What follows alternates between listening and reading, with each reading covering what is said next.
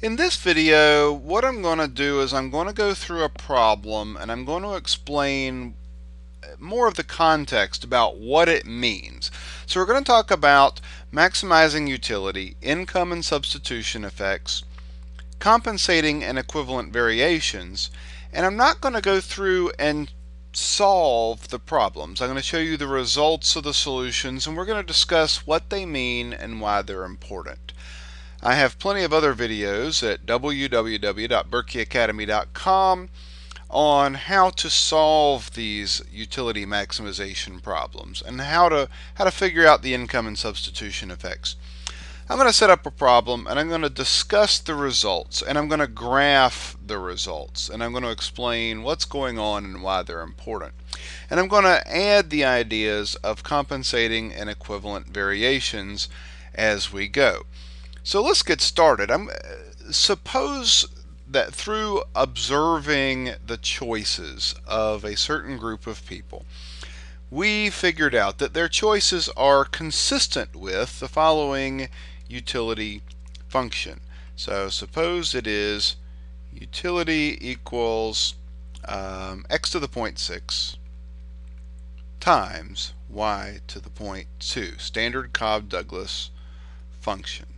And again, if you don't know how to solve these problems, please go to berkeyacademy.com and watch the other videos on how to solve them.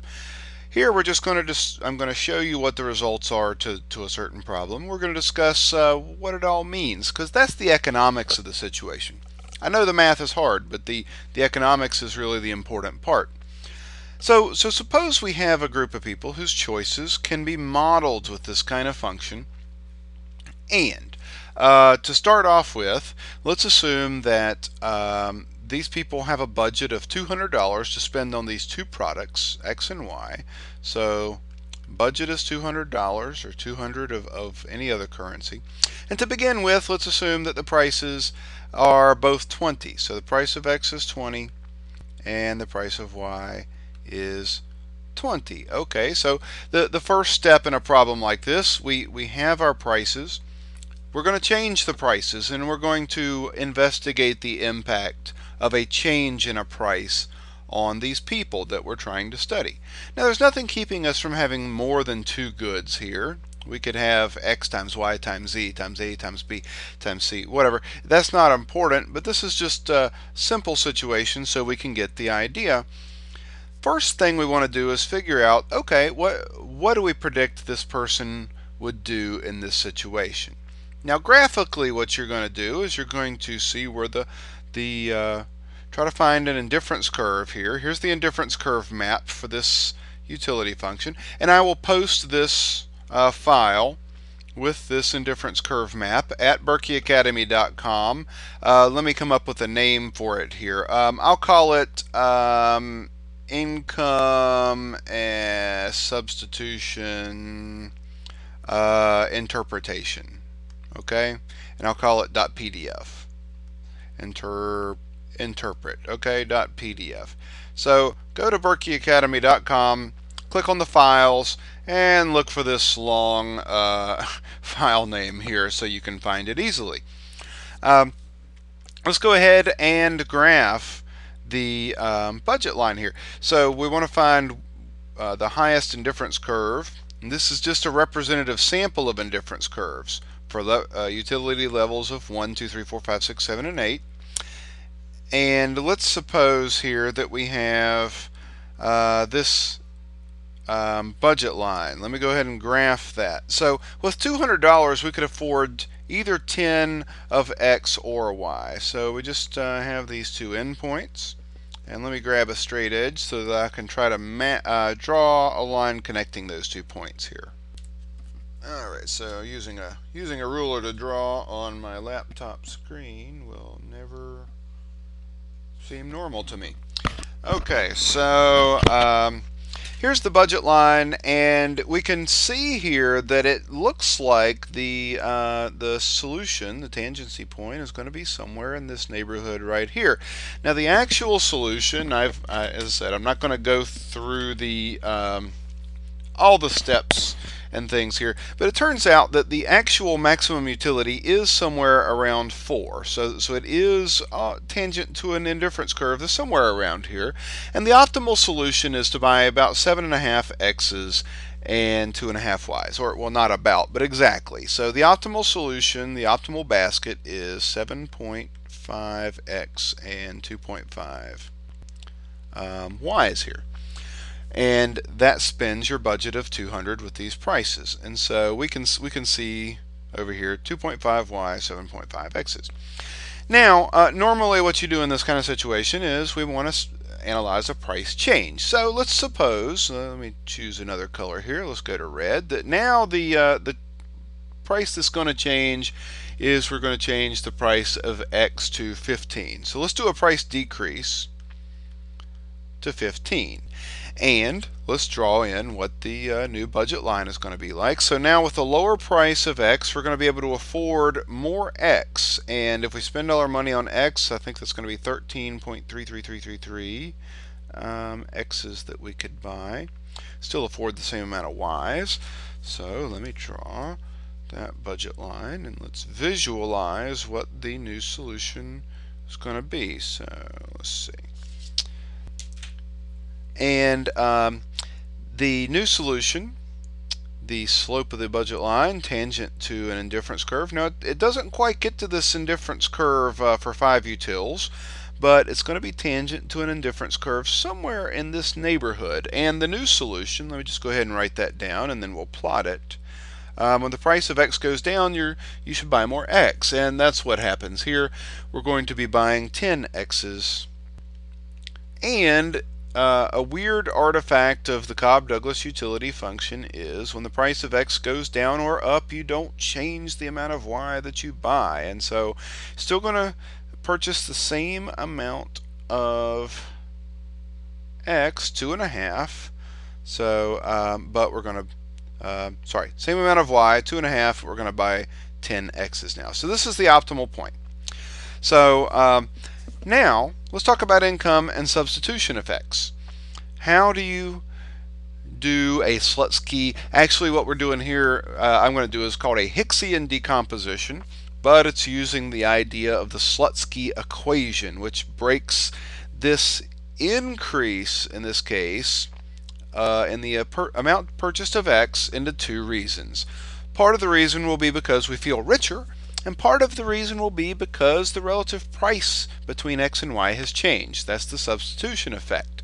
And so the total change in the amount of x is 2.5, going from 7.5 to 10. So we want to break that 2.5 increase into its 2 parts. Part of it because we feel richer, part of it because the relative prices have changed. The opportunity cost of purchasing x and y has changed here. So in order to do this, we solve for what we call a decomposition basket. And again, the method I'm going to use is one preferred by a guy named Hicks, whatever. And that method is to look at the old utility level before the price change and ask the question, what would this consumer do if he was still at that old utility level? In other words, he's on this indifference curve for 4 here. What would he do if we kept him at the same utility level but we were at the new prices? So what if we were to draw a budget line that had the slope of the red one, but we brought it back this direction? We reduced your income to make it tangent to this indifference curve at 4 utils.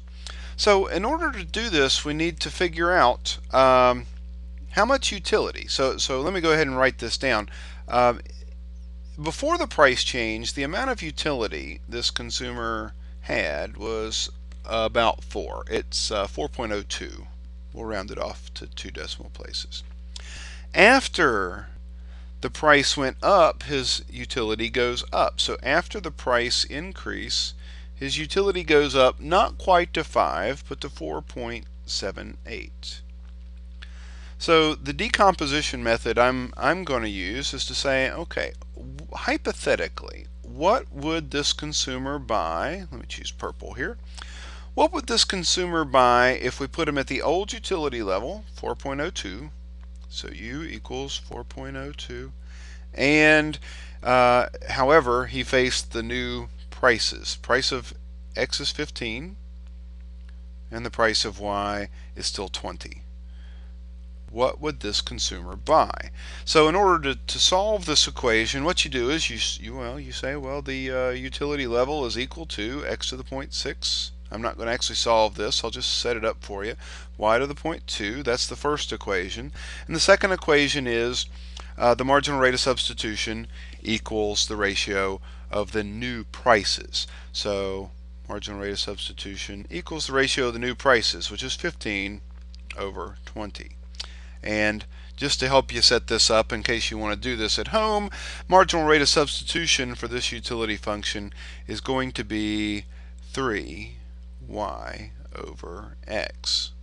And again, I assume that you are very comfortable with this. If not, go to www.berkeyacademy.com, click on microeconomics, and watch some of those videos on how to actually derive the marginal rate of substitution and everything. So you solve these two simultaneous equations to get this hypothetical basket. And when you do that, here's what you're going to get. You're going to get that what this person would buy hypothetically is 8 x's. So it's going to be 8.06 x's, we'll call it, and he's going to buy 2 y's, so 2.01 y's in this case. And in order to afford this basket, he would need a budget of $161.19. So let's graph this, and then let's talk about what it means. So in order to graph this budget line, let's figure out if he spent all his money on Y, how many could he afford at $20 each? Well, that would be approximately 8, slightly more than 8. And 161 divided by 15, I'm going to have to do that on my calculator here. That's going to give us 10.7. So 10, 11, 10.7, somewhere around here. Okay, so let's draw this new purple budget line. It's going to be parallel to the red one, but it's going to be lower. And then let's discuss what we've got here. Okay, so you can see that in order to get to that utility level of 4, what this purple budget line is going to do is it's going to cause us to rotate around on that indifference curve, and we're going to be substituting, basically, because the ratio of the prices has changed, substituting and buying less y and more x, because x is now relatively cheaper. And let's plot this point, this 8x and 2y. So 8x and 2y is going to put us right there at that point. So let me make this purple point a little bit bigger so it's easy to see. Compared to that blue point, make that a little bit bigger here to make sure that that's clear. And so what we're seeing here is, look, the Slutsky decomposition describes that there are 2 reasons why people change the amount they buy when a price changes. And so what we're seeing here is, look, part of it is because you feel richer. And the part that's feeling richer can be illustrated by the move from the purple to the red budget line. That is illustrating the income effect. We're going to be buying more X, going from 8 to 10, 8.06 to 10, because we feel richer when we shift our budget line out parallel.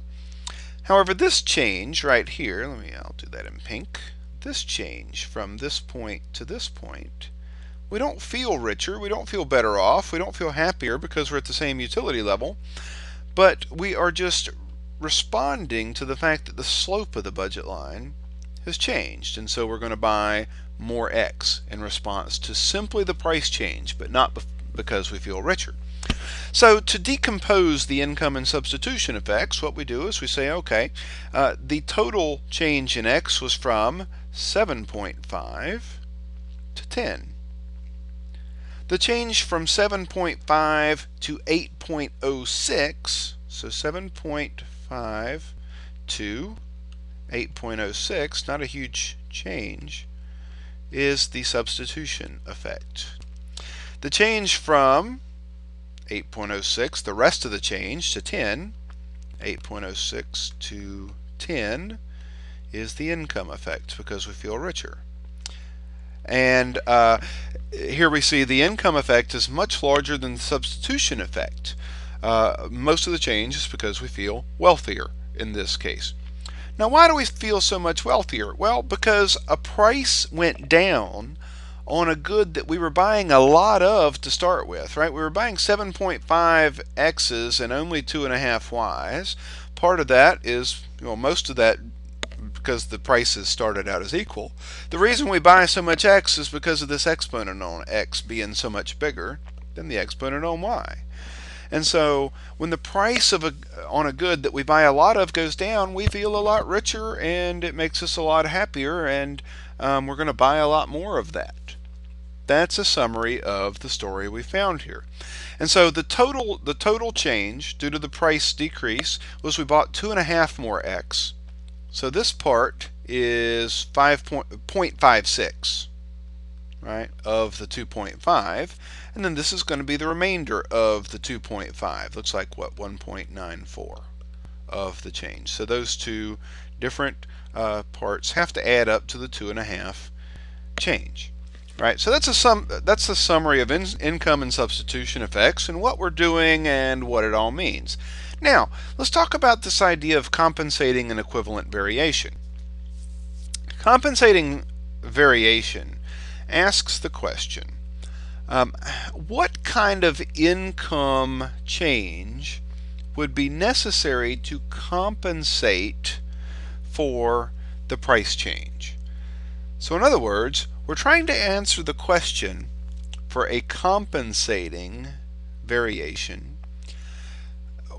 How much income would I need in order to buy, in order to have the old utility at the new prices? So compensating variation, let me use green here, is asking what kind of change in income would it take to get me to the utility I had before the price change, so old utility, but at these new prices that we have. And here we see the budget. We already solved for that as part of this hypothetical decomposition solution basket. That's what we solved for here. We said old utility and new prices, 15 over 20, and then we calculated how much would that cost me? How much would I need? Well, I wouldn't need $200 anymore to get to this utility of 4. I would only need $161.19 at these lower prices. So here we're trying to figure out, hey, prices went down. This makes people better off.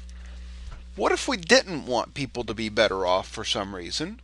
What if these are people who are on some kind of pension and the government is having budget problems, and the government doesn't really want to guarantee people a certain level of income. We want to guarantee people a certain level of welfare or happiness or utility.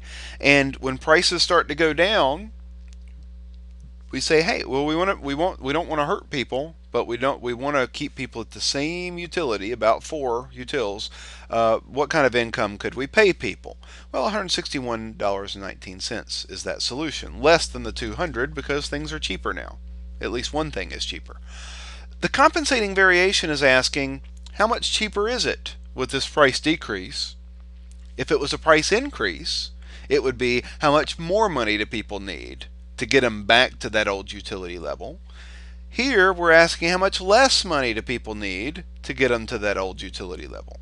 So here, how much less money people would need would be, what is that, $38.81.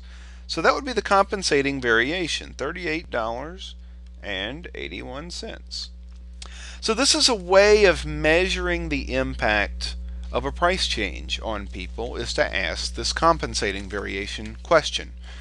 How much, what change in income would get them back to the happiness level they were, but at the new prices.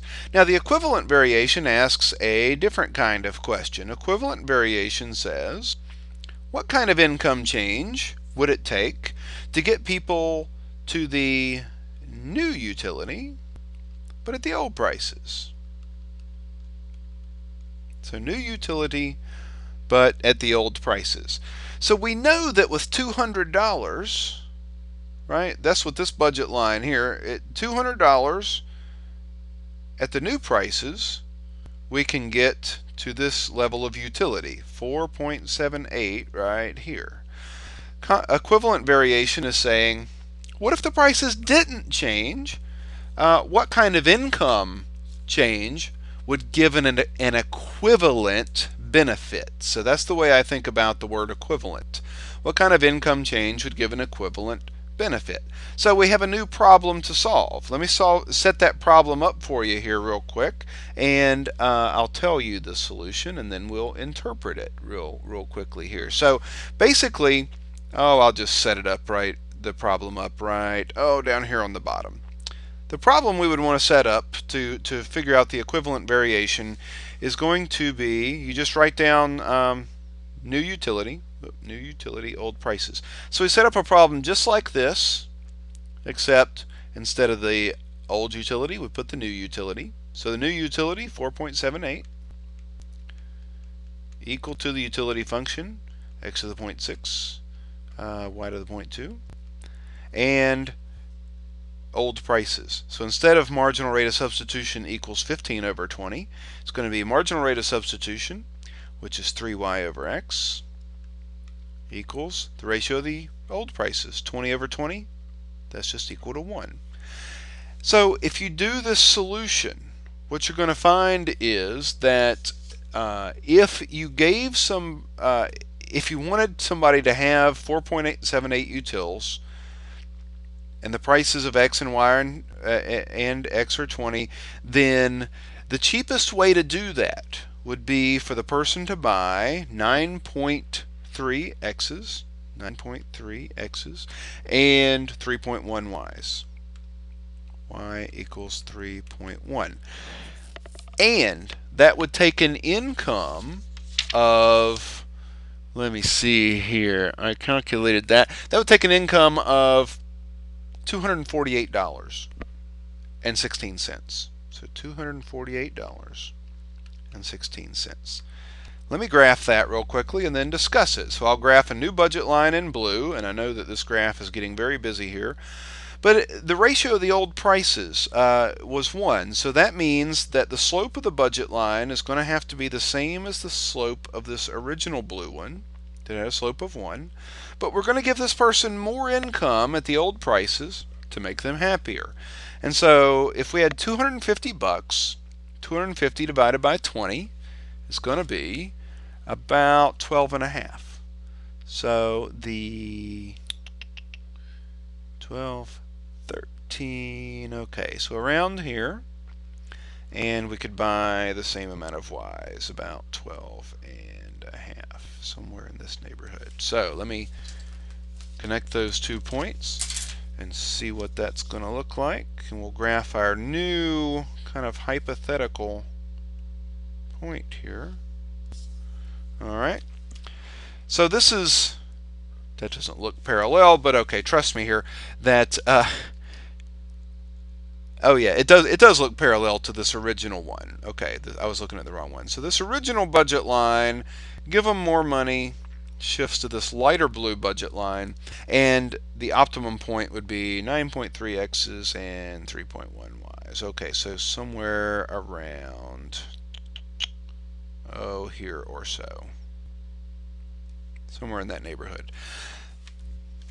The equivalent variation is the $48.16 additional that you would need to boost this person's utility to 4.78 and to get them to be able to afford this basket. The equivalent variation, again, to repeat one more time, tells you, what if the price of X didn't go down, but Instead, we wanted to just give the person income to get them up to the equivalent utility as if the price had gone down. We would need to give them $48.16. And so that would be the equivalent variation, $48.16. So this video is getting pretty long now. Hopefully, by going through this and without focusing in on the calculations so much, just looking at the graphs and discussing the interpretation and what everything means, hopefully this will give you a little bit better economic viewpoint on why it is we do these kinds of solutions and machinations and graphs and what it all means. If you have any questions, please leave some comments and questions in the comment section below. Thank you.